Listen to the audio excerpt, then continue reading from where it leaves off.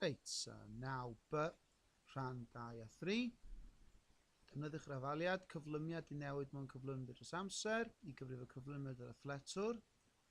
Does dim rhaid sgwennu'r hafaliad mewn geiriau, na mewn symbolau, oherwydd mae yna i'ch penna chi, so ddim pwynt wneud hynny, bydd yna ddim marc yna. Reit?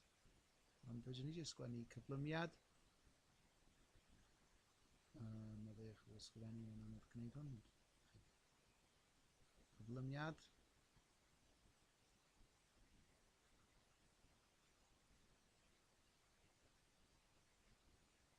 Ydy y newid mewn cyflymder. So chi'n edrych ar y graff, fydde ddim yn codi hwnnw yna at y graff, chi edrych ar y graff eich hun, ydych chi'n gweld bod y newid mewn cyflymder wedi mynd o fod yn llonydd i fod at 8.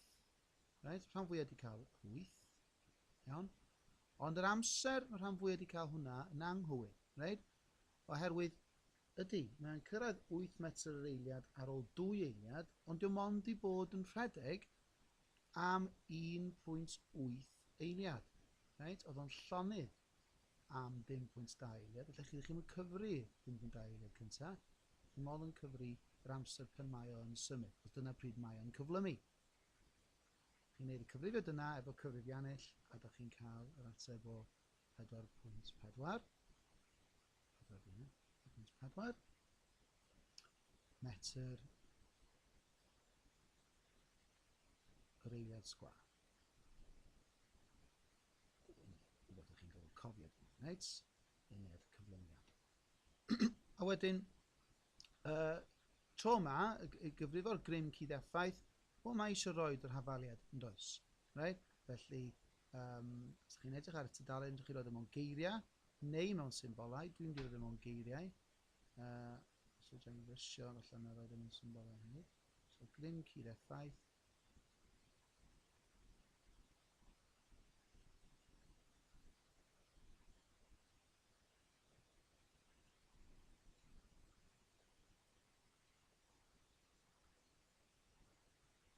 Ydy mas lluosi efo cyflymiad. Trio cyflymiad. So, trio wneud o heb hwnna. Cyflymiad. OK, yn fwy gen i hwnna.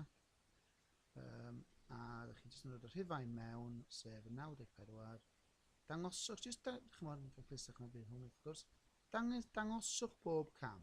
Da chi. Right? So, gewch chi farcio am ddangos y gwaith. A mae hwnna'n rhoi ateb o 414.